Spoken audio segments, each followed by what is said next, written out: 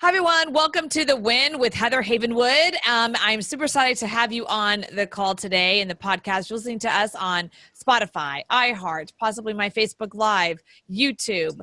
Either way, you're going to really in for a treat right now because I'm extremely excited to have one of my dearest friends and associates on the call. James, are you here? I am here. Thank you so much for inviting me today, Heather, and I'm very excited. Thank you. Thank you so much. And also, I'm going to explain to you who James Miller is. James Miller is a licensed psychotherapist and the executive producer and host of the national radio show, James Miller Lifeology. And James globally helps individuals reach their highest potential by helping them simplify their spirit, mind, and body. Yay! Wow, that sounds weird. I'm like, is that me? I do that same thing. I know, right? Who are they talking about? That person was like, really cool.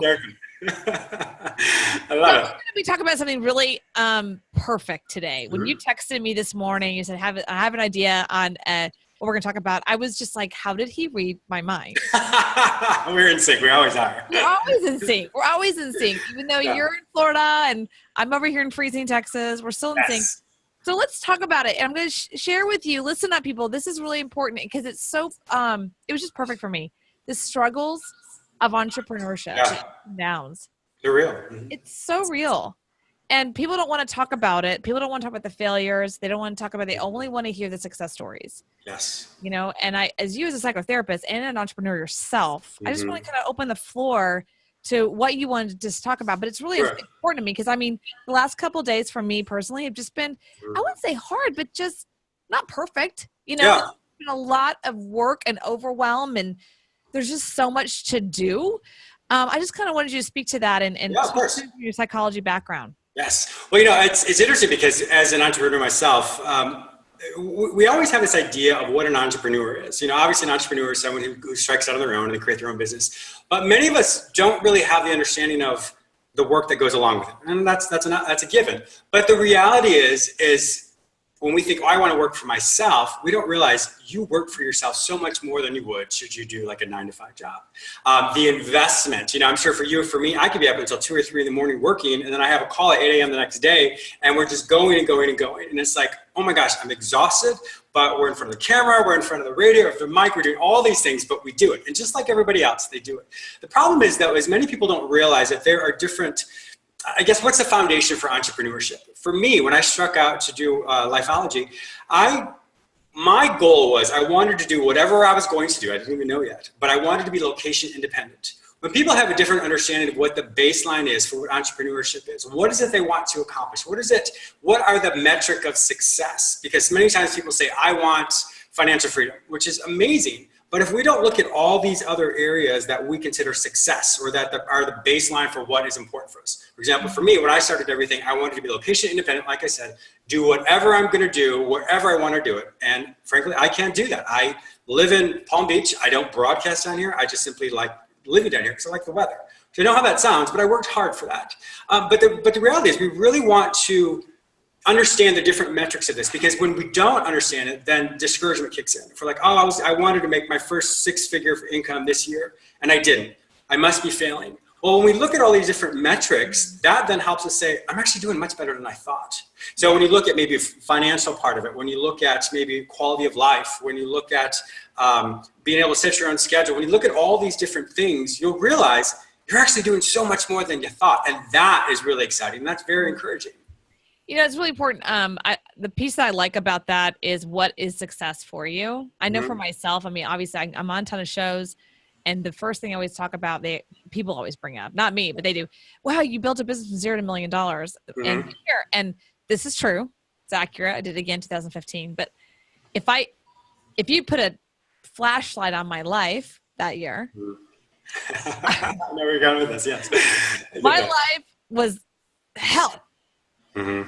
I mean, hours. And I still do that to this day because I'm actually now in the process of rebuilding something. But I'm clear, when you're building something, it's like a mountain and it's straight up. You know what I mean? It's just right freaking like a vertical line. And I remember a few times you've even texted me. You're like, I'm going out. I'm like, you're going out? Oh, Fight me because I'm still working. But you made me know that I started at 5 a.m. this morning. I'm not comparing, but it's funny because I know. we all look at different things. We can look at people as the end results from somebody, be like, oh my God, that's the most successful person I've ever seen. But we don't know the journey. We don't know the struggle. We don't know the heartache. And I think so many times people look at just the end results of these incredibly successful people. But you and I on personal levels, we've talked about different things we've been struggling with. Yeah. But our audience don't know that, and that's fine because we all have different levels of boundaries. But the point is it's so much energy we put into things, but it's like a bank account. However much you put into something is what you get out of it. And after a while, as an entrepreneur, the more hard work you put into something, the more then it automates. And so your version of what you do is going to be different. So when I first started, I did everything you can think of, like from my website to productions. I mean, and some of that I still do because I enjoy it. But there's all these things that I just don't have time for. But as an entrepreneur, when you don't have the equity, when you don't have, you don't know anybody, it's like, what am I going to do? How am I going to do this? And so you have to do it. And so with that, your schedule is going to look different. But then as you start to get some momentum, that's going to change. And once it changes, then your perception of what it is you have to do, you can either streamline it or it's going to roll out in a different way where it automates. And that's the exciting thing. And then you can really focus on content. You can focus on products. You can focus on marketing, all these other things. But I do think it's important that if we don't understand from the get-go, what is our objective? What do we want to accomplish in life? We can easily get bombarded with a no, with your product isn't good, or we're not going to finance you, or nobody wants to hear this, whatever it may be. Those things can be so discouraging. So when you can look at all these different versions of what your success looks like, I guarantee there's at least one of those that you are accomplishing. And when you can hold on to that I am accomplishing this one thing, even though I have all these other metrics of success, it's going to be very encouraging to you because you're like, I'm not failing. I'm not as struggling as what I thought. So I would encourage all of your listeners today, really define whatever your metrics of success are, your metrics of entrepreneurship. What is it you want to accomplish? What do you want your life to look like? And when you can focus on one of those things, that's really going to help you realize that you're so much further along than you thought. And that is, I think, with that personal encouragement and that personal drive that's going to move us on. Because if you did it with one area of your life, you can do it with another area of your life, and then another, and then another. And pretty soon your business is flourished in a way that you just blew your mind. And so it's very exciting. I love that because I'm in my, like I've talked to this personally, I'm rebuilding, right? Uh-huh. Because after a breakup and a business that is still very successful, but it's no longer mine to work on. Mm-hmm. I'm rebuilding me, right? I'm rebuilding my business. And so I'm clear, I know, because I've done this now 3 or 4 times, that it's a straight uphill battle. But there is parts of me that wake up and go, dude, really? Like, I'm doing this again? My coach knows I constantly complain about that, what I call the BS, which is more brain trash, brain shit than anything else. Yes. And it's our own stuff. But I love what you said. And I'm just thinking about something I could really own. And that is, I'm still here. And I do work for myself. Mm-hmm. I do. And I have a beautiful condo in Austin. My dog's with me all the time. I get to walk her every day. I mean, got a great car. I mean, I still work for myself. And I think that's a huge accomplishment I forget to acknowledge within myself, is that I still do work for me. I don't work for somebody else. That right there is this huge success. Yes. I have huge goals right now. I am rebuilding, but at the same time, I think people do forget that. No, is my podcast and show number 1 in the world? No. Am I the best marketing coach out there right now from, everyone knows me? No. But I have to remind myself, and I'm just sharing so people forget, is that I've been behind the scenes for almost 12 years, 13 years. So I'm just now kind of coming out.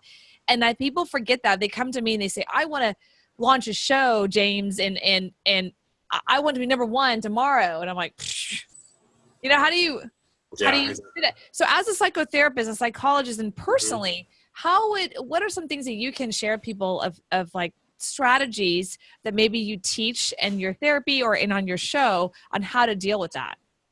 I think it's setting expectations. There's a difference between, I can have a goal. Let's say for example, this is just a random goal. Let's say I want to lose weight in a year.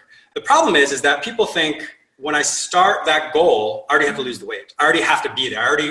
And so we don't look at how to roll these steps out. So you really want to quantify what is the goal, And with that, then you have to break it down into the smallest increments. Many people don't break it down small enough because anytime you feel overwhelmed with something, you thought too far out. So if I say I want to, I know, right? Drop the mic right there. I'm under the desk, right? I'm under the desk going, oh my God.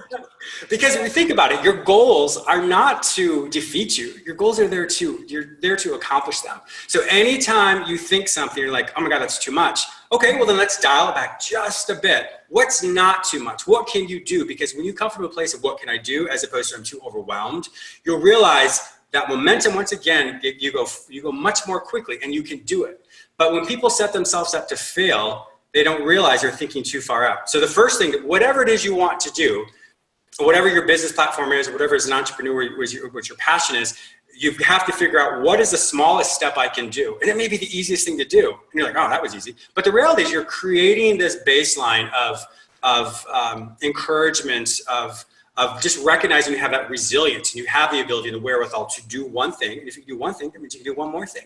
And so it's really important to say, if I'm feeling anxious and overwhelmed, I've thought too far out. Let me come back, use my place of strength. What do I know? What can I do? Who can help me? And then once you do those small things, and within that year, for example, if you want to lose weight, within a year, you're going to do it. But the problem is that if you think too far out, you've set yourself up to fail. And the reality is there's no reason to set a goal if you're going to set yourself up to fail. It reminds me of a conversation I think you and I had about relationships. It sounds so familiar. So I feel like I'm in a commercial, like, James is not only my friend, he's kind of my therapist. Just kidding. That's hysterical. I mean, kind of, / when we have tequila, right? But yes. All kinds of things happen. It's that commercial. I'm not only a client. I agree with that. Is setting expectations of as a business owner, of your expectations of that. When I am a guest myself, the number one thing people want to hear about, tell me about your successes. Oh my God, how'd you do that? And I learned from one of my mentors, Joe Sugarman, who's extremely successful, CEO of Blue Buckle Sunglasses. Whenever he's asked to speak, I've seen him speak multiple times. He actually does the same stories. He talks about, he'll go through an entire hour presentation, and 6 out of the 7 examples he does is all failures. Let me tell you, one time I failed, and then tell me this one time I failed, and this one time I failed, and one time I failed. And people already know he's successful because he's sitting on their stage. Exactly, yeah. Right? But they're always like, oh my gosh, that's a lot of failure. And then, oh, by the way, here's this success that you know me from. Yeah. Which I think is amazing because that's life. I mean, there's so many things that I've done, even with James Rule Lifeology, and different things I've done. Some things have done really well. Some things did not. Like when I first started my podcast, or before I went to radio, it was a podcast. It was boring. I was not inspired. Even when I started my YouTube channel, I mean, could be any more uninspiring to these people? Because it was like, hi, this is James Miller. I was like, even my face, everything was just ridiculous. I did watch it. It wasn't even you. Don't watch my old ones because they're really embarrassing. But the reality is we learn and grow. And so, what was it? Dr. Seuss, he was turned down 40 sometimes. Really? By all these publishers and people saying you can't draw, you don't have any success. I mean, all these things were negative. And it's Dr. Seuss. I mean, hello. So it's the same thing with us. We may not, our names may not be known yet or thus far, but it's when you look at, is something a stumbling block or a stepping stone? That's the reframe and everything. Failure is just simply another position for you to learn, revamp, and then move to the next thing. So when you always ask yourself, in fact, I just did a show today about that, is what am I asking, or what am I learning about myself right this second? So if I'm struggling with something, the example I gave was walking my dog. And so if I'm walking my dog in the morning, I'm on my phone, I'm at my coffee, just, totally not paying attention. And all of a sudden he pulls on the leash, which is what a dog does, and spills my coffee. So in that moment, I have this opportunity to be upset. I can do whatever, not at my dog because he's just being a dog. But if I say, okay, let me take a second. James, what am I learning about myself right now? Well, the reality is, I don't have any patience. So let me learn patience right now. I don't want to learn patience because I have coffee all over me, but I need to learn patience. And so when we can ask ourselves that in everything we do, when it comes to the successes we have, what did I learn about myself? I'm incredibly proud of myself. I really rolled this thing out. It's worked really well. Or when something doesn't go the way we planned, what am I learning about myself? Well, I'm learning that I have now another way to look at something. I'm learning that maybe I was too focused here. I wasn't focused enough here. It gives us a really good template to say what I'm learning about myself right now is a proactive stance of saying, what can I do next? As opposed to, man, this failed.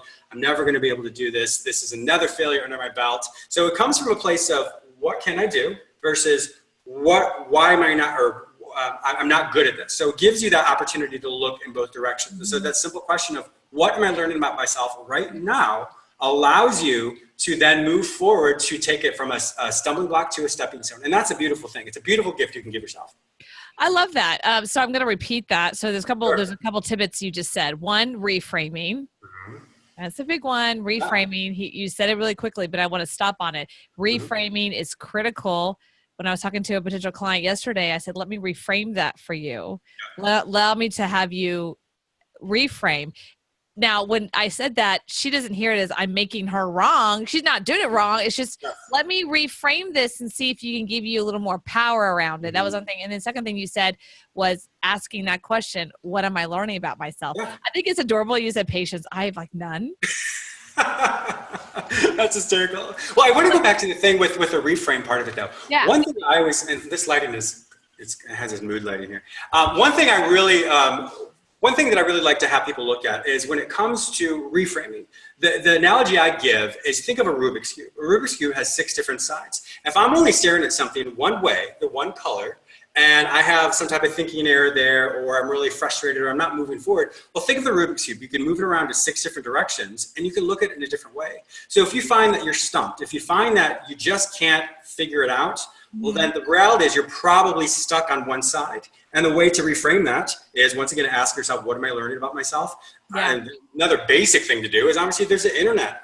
Google somebody or something that's happened before, or just get someone's different perspective. Because if you're stuck here, the reality is you are too myopic or too focused on one thing and you can't see it differently. So remember, just like that Rubik's Cube, you can spin it 6 different ways. It's just like any situation you're in. There's so many more ways to look at something. And if you're struggling with something, it simply means you're still staring at it the same way you always have before. And that's why you can't move beyond it. That is so true. That's why I can't figure out my rebrand. You know, I talked about that. That's really true, but it's a powerful distinction, the reframing, and you've got to do that in entrepreneurship. I can't tell you how many times I've failed in things, and I could say I'm a failure, but I don't. I'm like, well, it failed, or the test failed. I'm not a failure. Just like it failed. It's fine. It didn't work. What about this worked and didn't work? And your frame is, what am I learning about this thing, or what am I learning about myself? And then how do you reframe that to have a success, right? So, so tell me, just kind of wrapping up, because we're a few more minutes. I really want to.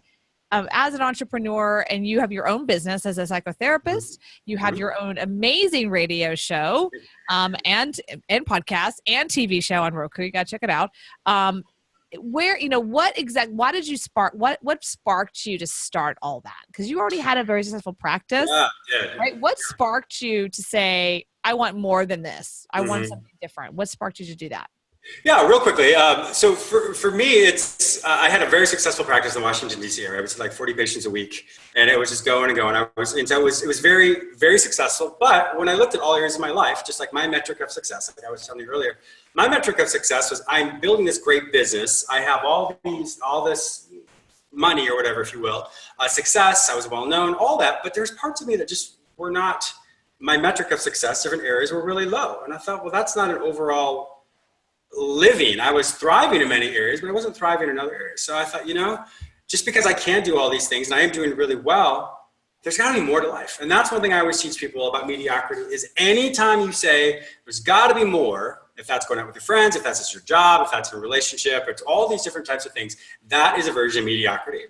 So as soon as you hear yourself say that or hear yourself think that, you're living in mediocrity. And the reality is I was living in mediocrity in some areas. I was like, I don't want to live that way anymore. So I thought, well, and just like I said, what am I going to do? I want to revamp everything. I want to live wherever I want to live, do whatever I want to do. I'm not sure how I'm going to do it, but in my past history, I did a lot of theater, a lot of movies, TVs, things like that. I don't even know if you knew that, but I did a lot of that stuff.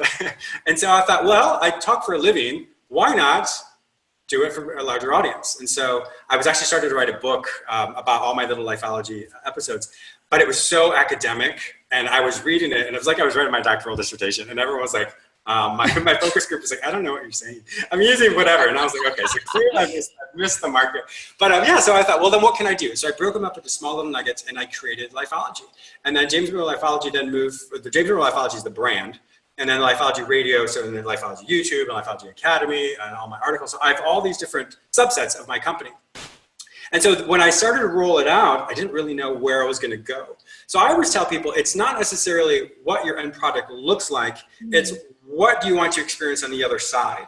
What is it that you want to be able to do? And then that's when you can kind of piece it together. So I may have not, I didn't know that I was going to be on, the radio and doing with all this huge audience. I didn't know that. But what I wanted was, like I said, that foundational piece. I wanted to be able to pay all my bills. I wanted to be able to thrive in just a lot of different areas. And I started my platform that way. And then everything else started to be plug and play, and that's how it worked out. And then it continually grows and grows and grows. So for me, it was more in the sense of, I don't want to live in mediocrity. And so that's why I really review my life and ask myself, well, am I living in mediocrity? Do I feel that in any of my areas of my life? And if I don't, I'm doing pretty well. And then that allows me to really focus more so on what I'm doing. But if I do experience that in some ways, then that's when I have to pull back and say, okay, if I want all areas of my life to be on the same level, I need to bring this level, whatever it is here, I need to improve that, revamp it, retweak it, and figure out what to do. So therefore I live a balanced life, just like I teach, improving and simplifying and transforming your spirit, mind, and body. And that is living what I call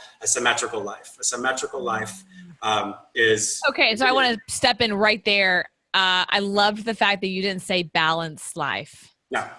I think that's stupid. Yeah, it is. I mean, because the reality is life happens so much. But symmetrical and non-mediocrity, would you call that?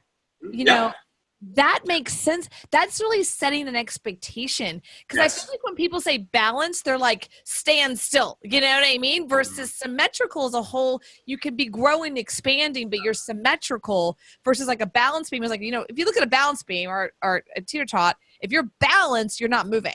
Mm-hmm. Yeah, right? Exactly.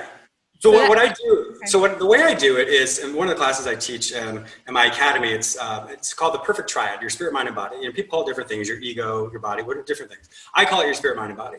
So the way I do it is I like to think of it like an arrowhead.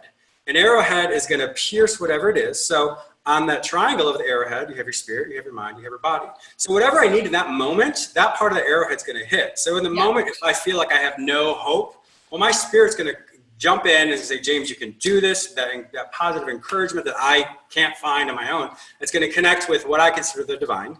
My body, if my body is not, if I'm not physically healthy, well, then that actually affects your emotions. And then if my mind is not, if I'm not caught up in the latest trends of my company, of psychology, all of that, well, then it's going to be a deficit. So that's why I say the symmetrical life. You think of a triangle, an equilateral triangle, whatever I need is going to be used in that moment. But if I have it where it's one area is unbalanced or not as symmetrical, then I am going to crumble. I can't sustain it. So you have to learn how to incorporate all three things. And like I said, I quantify your spirit, mind, and body. When you can really represent them and understand that all areas of your life are going to be much more holistically enjoyed because you're 100% present in all areas of your life. And being present with your mind, with your spirit, with your body allows you to live in a world that you didn't realize. Because if I'm too spiritually minded, well, I'm way up in the clouds, nobody's gonna listen to me. If I'm too physically centric, well, and I'm not learning anything, well, then I'm just a gym rat. And then if I'm too intellectually,